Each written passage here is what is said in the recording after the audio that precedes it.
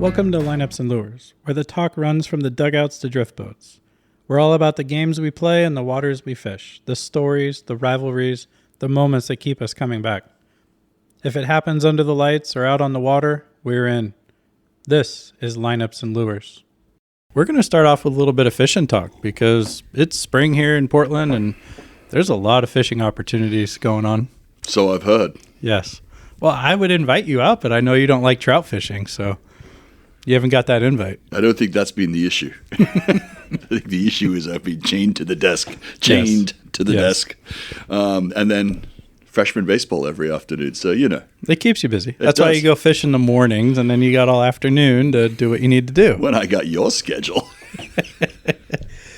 But, been out doing a little springer fishing. Yeah. So I had a really good day before the first closure. Went out with our buddy Phil Lyman. Did a little springer fishing right before the first closure and had a 5 for 12 day. It was a really good day. We grinded. We were out there from 7:30 till almost 4. Yeah, you told me about it. That's a long day, man. It was a long day, but you know what? When you're catching those springers, and I mean, we 5 in the boat, 3 keepers. We were just fishing for one more keeper. I mean, it was a great day. Beautiful out until it rained. Beautiful until it rained. Yeah, you got a little rainy and windy. Well, it sounds like Oregon in April in the valley, man. That's half of the cost right there. Yep, you just never know. Always bring a rain jacket.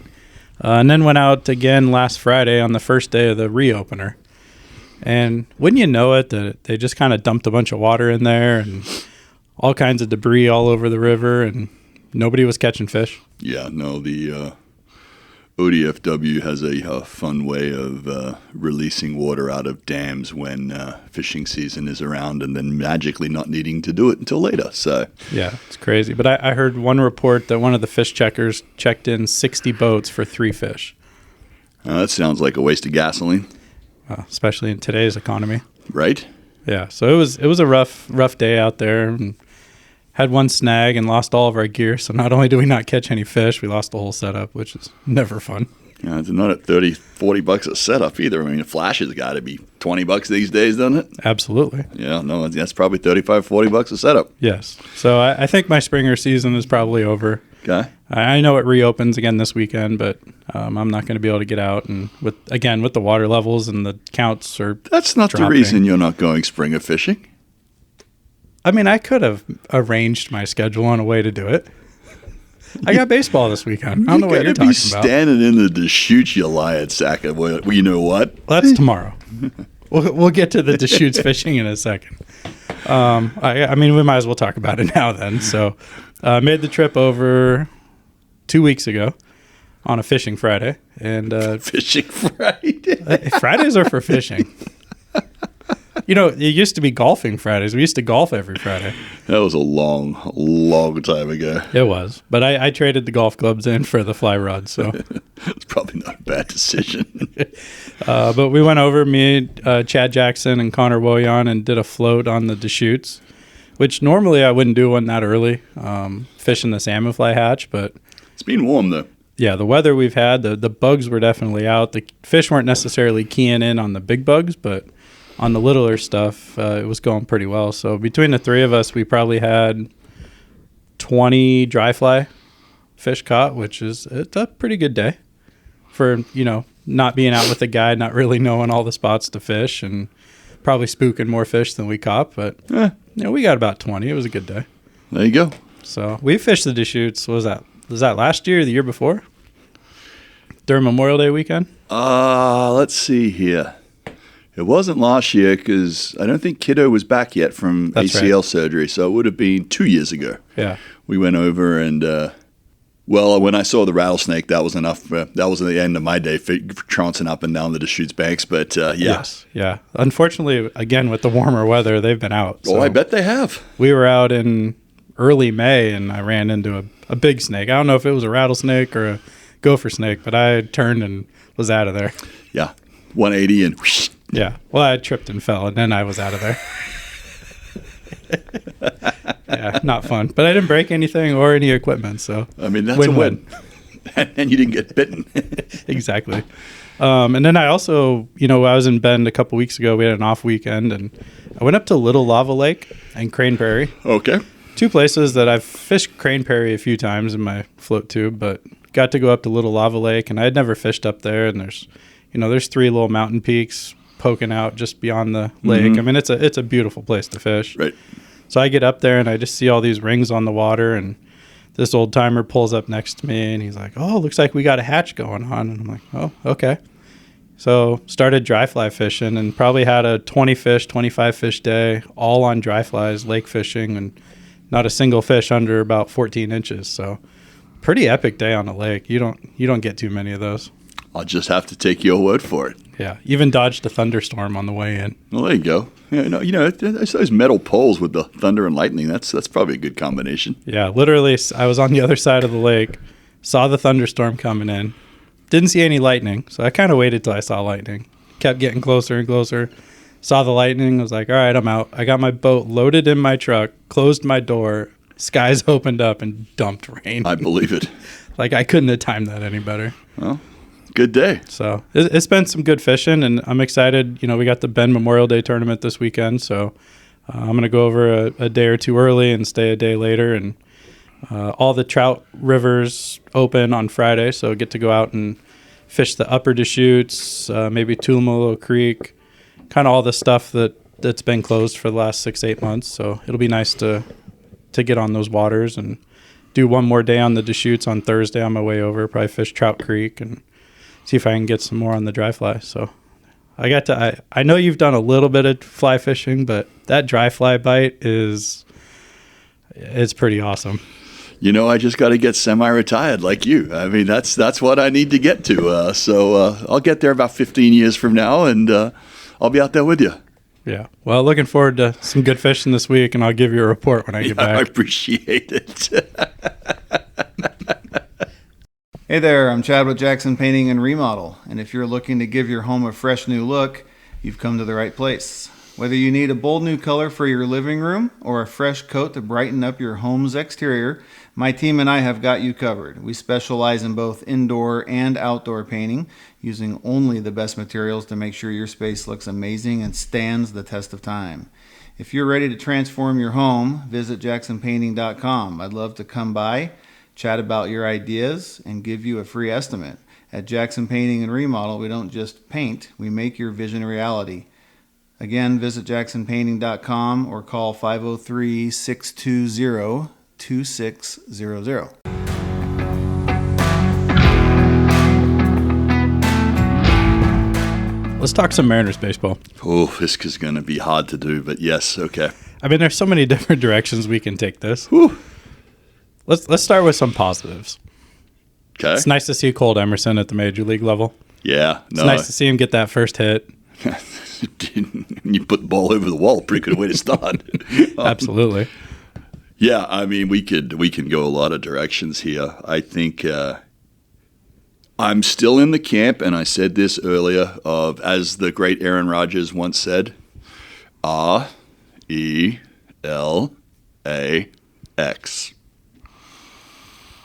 Relax. 500 at the All-Star break is all we need to be. Well, I guess we might as well get into my next question then. Okay. Is it time for a managerial change? No, don't be stupid. Your All-Star, the guy that makes this thing run, I believe was hurt before he went on the IL. Yes. And unfortunately, when they were actually getting guys on base, and your guy that hit 100-plus RBIs last year wasn't driving in 100-plus RBIs, that causes a problem. Run production was down. Look, I still think that at the end of the day, this is an obscenely good lineup all the way through. I mean, Rodriguez, Naylor, Arozarena, and Raleigh. No, Raleigh. No, we say Rayleigh in America. No, I'm talking about Cal. Oh. Could all be All-Stars. Oh, absolutely. And, when you've got Donovan basically not being in the lineup, you've got Cal, who he was in the lineup but probably shouldn't have been. There's so much talent on this team. It's going to click. It's going to take a minute, and I'm not concerned about it yet. Yes. I think the bigger thing we should be talking about is our frickin' starting pitching. Well, and these are reasons for concern because our offense is doing, without Cal, is doing what it needs to do. Julio's putting up great numbers. Rayleigh's hitting the ball hard. Canzone's hit the ball a little bit. He's not. I mean, he's not a regular, and he never should be. Well, no, but I mean, Rayleigh's got 10 home runs. He's showing that he's healthy, which Naylor's starting to figure it out. He's up to 255. Rosarina's having one of his best seasons of his career. Shocking in a contract year. Well, that seems to happen. Cole Young has been, better than advertised. Garver's had some decent at-bats filling in, so... And he's only going to get better. I mean, let's be honest. Out of Mitch, we're probably seeing 230, 240. He's going to send a couple out of the yard, and more importantly, he works with the pitching stuff. Yeah, exactly. But the problem is going to be it is the pitching, and that is a big issue. And let's get into this piggybacking situation. What do you think about this? So I need you to explain this because I was reading an article this morning, and I didn't get it. Okay, so the concept is, instead of going to 5 starters and telling Luis Castillo, who everybody loves, that he needs to go to the bullpen, we're going to piggyback. So Bryce Miller gets the start. He's going to go his 70, 75 pitches. Uh-huh. And then you bring in Castillo after him. And then the thought is next week, Castillo starts, goes his 70, 75 pitches, and then Miller comes in after him. Or they just keep it the way it is and just let Miller be the starter, and Castillo basically is always piggybacking with Miller. So this is just these two? Just these two. There are teams like 5-6 years ago, I think the Astros were trying to do it, where every pitcher was paired up with another guy, and it would be start, relieve, and then the reliever would start, and then the starter would. So they're just flip-flopping each week, and you get 70 pitches, and that's what it is. So if you have too many starters, which the Mariners do, it's an option. Well, Oregon State's done it for years. Informally. I mean, they're trying to get deeper than 70 pitches. Well, yeah, but, Friday night, 2 years ago, it was who was that Friday night guy 2 years ago? And then Segura, as a freshman, would come in and pitch the rest on Friday night. Yeah. No, they always paired up pitchers. But here's my problem, and this gets into a deeper discussion, is usually if you're piggybacking starters and doing a tandem starter thing like this, you're a development team. You're not a World Series contending roster trying to win a division, trying to win a World Series. This is an opportunity to get 6-7 starting pitchers experience during the season and kind of figure out who's going to be who and do stuff. So this isn't something that championship teams do. They've never done it this way. I don't think it's going to hold out for very long, which I don't know. I'm a little bit concerned with the mentality, and this gets into some front office talk because who's in charge of this? Is this Dan Wilson's idea? Is this Woodworth's idea? Is this DePoto's idea? Because I think it's pretty clear that Dan Wilson's not necessarily running this team. Well, as the great Samuel L. Jackson said, allow me to retort. Fundamentally, I don't disagree with your statement. This is not what championship teams do, but I am going to disagree a little bit with your take.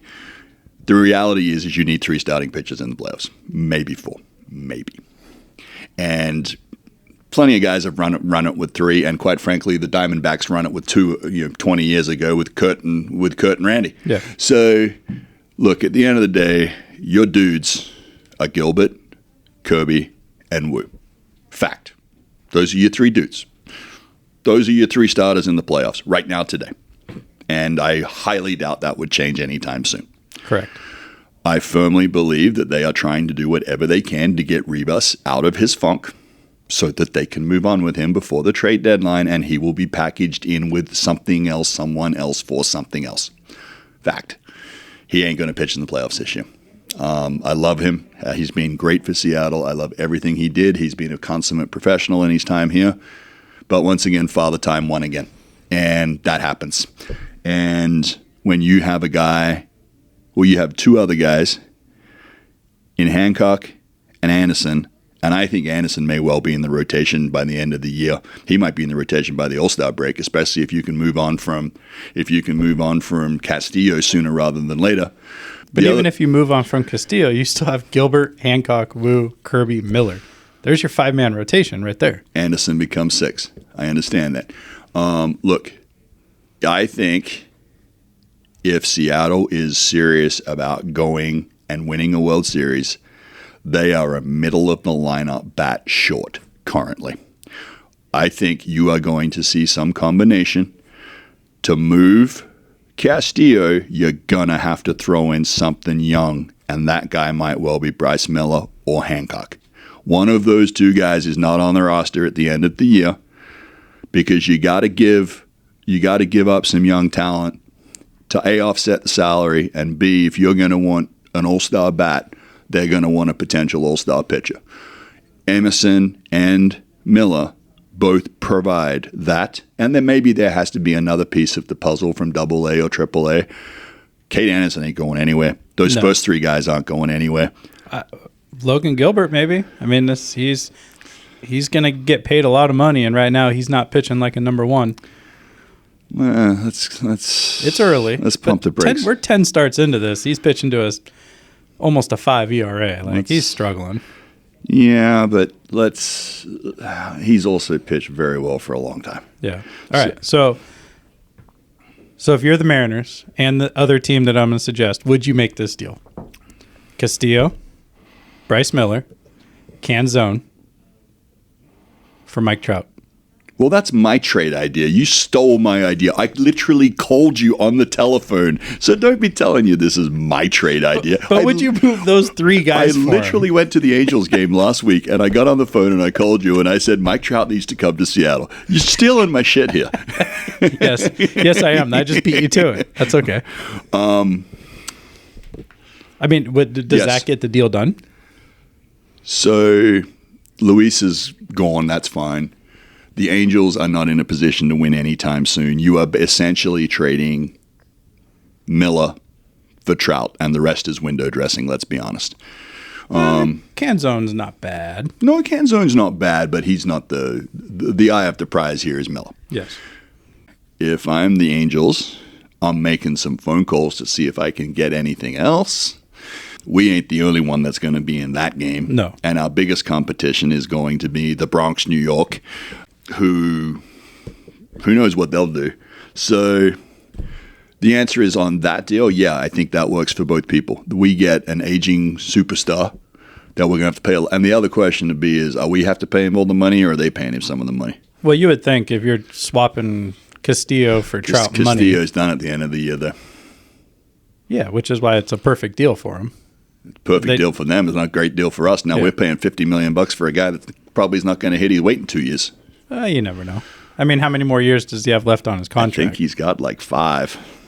Really? Well, this one plus 4. But the way he's playing right now, it's not bad. I mean, as long as he stays healthy, he's put up great numbers the last couple of years. Well, I called you with this deal, so you know how I feel about it. Yes, it works perfectly. He can give Julio a day off in center. He plays corner. He starts in right field. He can DH every once in a while if he needs a day off. Yes, it works out perfectly. I've already been over this with you. Yeah. And believe it or not, we actually need a right-handed bat because we got plenty of left-handed bats. It's not a problem most teams have. No. Yes, I do that deal. Yeah, I would make that deal. And, looking at the other bottom feeders around the league, I mean, there's, Colorado doesn't really have anybody. San Francisco's been talking about looking to sell off a lot of pieces, but I'll tell you who I'm not touching is a guy like Matt Chapman. Well, that's a lot of money for a terrible offensive, and he has not been a good offensive player in many years. So there's going to be a number of names that start floating around, and we're a little early because it's still only the middle of May. Probably need to wait 30 days before things get real serious. But, I mean, there's chances. There's going to be bats out there, and there's going to be veteran bats out there. I think it's too early to look at any particular guy. The Trout deal came to mind literally because I went to Angel Stadium last week, and I was at the game, and I'm like, this could actually work. And it actually works for both teams. It does. So, yeah, there's going to be a lot going on. I love the Trout idea. And the other thing is, remember, he got a full no-trade deal, so he can ex-nay anything he wants. Yeah, he's signed through 2031 at about $36 to $40 million per year, which isn't that bad in today's game, Yeah, but it's still a lot for an aging player. So here's the question you got to ask. So if you make this deal, are you re-signing Randy Arozarena or are you letting him walk? Depends on how close Montez is. Lazaro, and because he's down in like AA, AAA. Well, and let's not forget that Luke Raley hasn't exactly sucked. No, but he's meant to be more of a platoon guy. He's not really meant to be an everyday guy. Yeah, but what if he hits his way into an every-way guy? Then that's a bonus. You know, the other name that, unfortunately, the two names that keep popping up in my head constantly are from our division. The Astros are done. The Astros run is over. Okay. Jordan. They ain't giving up Jordan. Why not? Would you have said last year that, or 2 years ago, there's no way they're giving up Bregman? There's no way they're giving up Valdez? I mean, they've let some big pieces go, and Altuve's not getting any younger. He seems to always be getting injured. Jordan plays right field, right? He does play right field. Well, there's your bat. And you know one place that he absolutely loves to hit? He loves hitting in Seattle. He's killed us. I feel like you're teasing me right now because that guy hits an absolute ton. He does, but I mean, that's another team that I think is moving to a rebuild, a full rebuild. Jordan Why keep him? Is going to cost you every prospect on the bench. I mean, I'm talking they're going to want 3-4 first-round guys. Okay. Which without timeline, I don't have a problem with, but that's what it's going to cost you. Okay, so I mean, if you have to give up a Ryan Sloan and everyone but Montez and Kate Anderson, you can have everything else in the bond. You can have 3 of them. Probably going to get 4 of them, but still. Well, 3 of them and maybe a major league ready guy. But at the end of the day, if you look at that, we don't need anybody. No. So if that gets you 1 World Series, is it worth it? Well, considering we have 0, the answer is yes. Yes. Let's start with 1. If it gets you into a World Series, is it worth it? It's not quite the same. It's not the same. No, you gotta put the banner up in the rafters, brother. You do. No, I still think that this team is built for success. They're built for a deep playoff run. The one thing that I think is different about this roster, and I believe this, it may not be popular to say, I have sat back and watched teams like the Yankees, Houston, for years. Even the Dodgers. Look at what the Dodgers are doing right now. They're on cruise control right now. They win some, they lose some. Couple guys hurt, couple guys banged up, whatsoever. Who cares? Everything's good.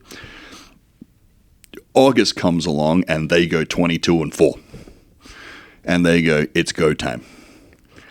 I think this team has a little bit of that mentality. I think they have the ability to be that good. Now, a lot's going to depend on number 29 getting back healthy and getting back in the middle of that lineup because he is the difference maker. Yeah. He's our guy. Yeah.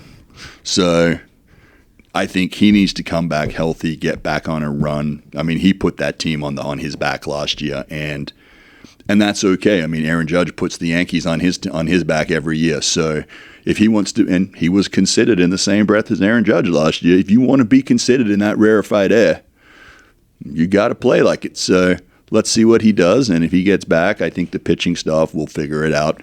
Like I said, stay to 500 at the All-Star break and then hit the overdrive button. Yeah, absolutely. All right, I got one little more tidbit for you here. You know that the 3 American League division winners or leaders right now, as of May 20th, okay, are the Athletics, the Guardians, and the Rays. Cleveland doesn't surprise me. The other 2 have no business being there. Okay. Well, if you want to talk about who's in second in the Central, that would be the Chicago White Sox. Yeah. So you're talking about 4 teams that are in the bottom 10 of payroll right now, leading the divisions. That's pretty impressive. Yeah, but which makes it hard with these arguments for the labor negotiations that it's the small market teams can't win. You got 4 teams contending right now, which we're a month into the season. And there you go. And you wait for the big boys to show up after the All-Star break, and you watch what happens. That Rays team is kind of on a run right now. But the Rays and the Athletics have always been the outlier because they get a suit. Now, the A's are different with the move to Vegas. They're not selling their guys for the first time in 20 years. But every year those guys get a huge prospect, goes up to the bigs, lights it up, wins Rookie of the Year, and the Yankees go, here's 4 prospects for your dude. And then 2 out of 4 hit. They've been doing it for years. So it's not, your argument's not solid. But Cleveland, let's talk about Cleveland. Well, they're 29th in payroll. Yeah, but in 2 years from now, they might be the 5th in payroll. They got to pay some dudes. Well, they have the one dude that they've paid, but they're building their roster the right way. I know. I remember telling you when watching them in spring training going, they got some dudes on that lineup. Yeah. No, they've constructed it the right way. And what other than it's the 3 hitter, the switch hitter, who's that? Ramirez is.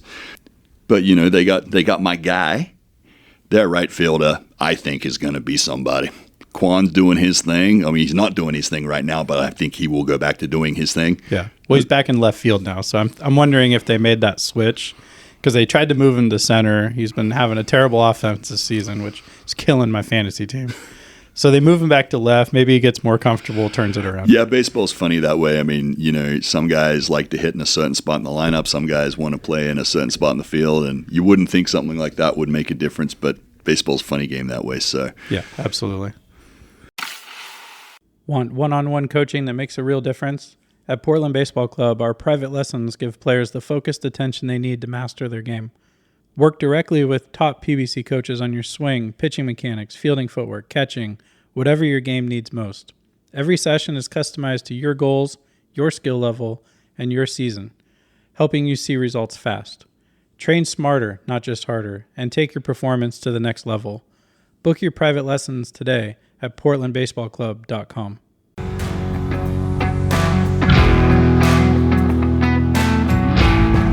All right, you got anything else before we hop off? I do. I got a couple of quick hitters for you today. All right, let's go. So, since you stole my Mike Trout deal, I just beat you to it on the radio. So we're going to go from least shocking to most shocking. Really quickly, what do we think of Oregon State's road to Omaha? Or do we want to save that for next time? I mean, there's a lot that's going to go on between now and our next recording. Yeah, I mean, there's the whole championship weekend this weekend, so or conference weekend, whatever you want to call it. If they can slide into a home regional host and not be 16, because 16 you're looking at, 17 seeds in your thing. Like, it's not going to be easy. Mm-hmm. But playing at home, it's going to be warm. You just got to win 2 out of the 3. I think they got a shot to get to a super. I don't know what's going to happen after that. Yeah, the Bats are going to need to have just a 3-week run of waking up because they've been a little quiet for a while. Well, so they're doing what they need to do. It's just not quite enough to probably get to Omaha. We haven't played anybody in a month. So, all right, we'll save more of that for next time. You do know they're one of 2 teams in the country that haven't lost a series all year? However, their RPI is where it is for a reason, but it's still baseball. Anybody can beat anybody on any given day. Which is why they won 2 out of 3 on a lot of weekends, not 3 out of 3 on a lot of weekends. Not like they were a couple years ago when they were humming. Correct. All right, enough of the Beavers. We'll come back to that one. I think the Seahawks might be getting a 7 or 8 time Pro Bowler to pinch hit at defensive end. Yeah, wouldn't that be nice? I think Mr. Bosa is going to try to come ring chase and come to Seattle. We're in a great position for that type of deal. Isn't it finally nice to be that team where we get the veterans that want to come play and do it on a team-friendly salary? Exactly. Finally, we're the guys. Yep. We get these deals. We never used to get these deals. We've been begging for this as Blazer fans, as Mariner fans, as Seahawk fans. I mean, how many times in the Blazers during the teens do we sit there and go, the buyout guys and the mid-level exemption guys always ended up on the Lakers or the Celtics or whatever, and you're sitting here going, man, just once we'd like to get that guy on a mid-level exemption or the buyout or whatever. Yeah. Yep. I'd love to see Bosa in a Seahawks uniform. They're going to have like him and Dexter Lawrence pinch hitting for each other. Yeah. Yeah. That's pretty nice. Stop it. Okay. Breaking news. Okay. I think this has legs. All right. Let's hear it. There has been some controversy at one center court as of late regarding stadium, coaching, personnel, you name it, it's going on. Mr. Dundon isn't exactly making himself popular in the city of Portland right now. Correct. However, I believe there is a move that would be championed by Damien, which is the most important thing. Absolutely. And I think would be an excellent decision by the front office. Yeah, and I think the fans would like it. I think it would be a very popular move. So are we bringing Coach back? Coach Stotts back to Portland? Love it. He never... Apparently he wants it. I mean, did he ever sell his house and anything? I don't know. You're the one that ran into him all the time on the lake. Well, I'd catch him on his walk as I'm driving to work, or I'd catch him at Duke's having a beer after work, or I wasn't at Duke's having a beer all the time. After work. After work. Yeah, no, I mean, he was a Laco guy. He lived right behind Hefe there, right down the deal. I still see Neil O'Shea walking on the lake. Sometimes I get tempted to veer over a little bit. That's a different type of conversation. But that's a different conversation. Look, man, young team, veteran presence, and you've got the green light from your future banner in the rafter guy. Yeah. How do you say no? Well, if he's willing to coach for what they're saying that they're going to pay a coach, he's going to get paid more. And even Cronin was on record saying that he will pay the appropriate for the experience that comes along. Yeah, of course. He's going to get his $5 to $8 million a year. He's going to get a 4x30 contract, and welcome back. Yeah, I think it makes total sense. And he's not going back to Golden State. Like, that's already finalized. So I think he was hanging around to see if Kerr was going to retire. Yeah. Oh, absolutely. And not a bad gig, but no, I'm all for it. I think that'd be a great move. And let's keep talking Blazers. So what do you think about, laid off 70 people, and the report is basically there was a spreadsheet, and if you were in the top 70, you were out. It was basically a cost cutting, but if you just bought a professional organization, and let's remember, he did this with Carolina in the NHL. And Carolina is currently playing in the Eastern Conference, whatever. Finals for the right to go to the Stanley Cup. And he turned that franchise around in just a couple years. Okay. If you went and bought a professional franchise, and a franchise that's middle of the road to bottom, wouldn't you want to go in and maybe clean house a little bit, bring in your own people? This isn't even about a franchise. This is just about buying a business. A business. And let's not forget that's what this is. I mean, it is a for-profit entity. Yes. Yes. When I'm at work doing my thing and I bring in another advisor's book, doesn't look the same a year later, let me tell you. No.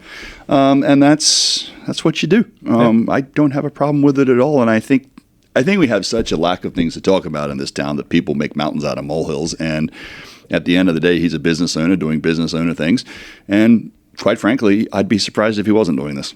Well, this isn't just a local story. The not giving out towels and not letting the two-way guys travel with the team for the first. He got a lot of national press on that stuff. Well, slow media day. Baseball hadn't really started yet. NFL's not going on. What else they got to talk about? But this is kind of a national story that you have this owner who's coming in and basically, for lack of better terms, blowing up a franchise on the back end.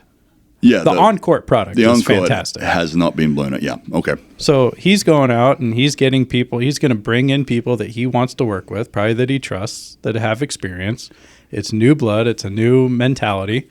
It's new not broadcasters. Kevin Calabro needs to stay. Sorry, Chad. I love Kevin Calabro as a Seattle guy, but I want Mike and Mike back. They were awesome. Yeah, I don't think Mike and Mike are coming back. Well, I don't think Rice is coming back any. I don't think Barrett's getting an invite back either. But but I would be looking to bring in my guys and make this the way I want it to. And the sooner that I do it, the sooner I can mold it into the way I want my $1 billion worth of money being spent. I just said I agree with everything you just said.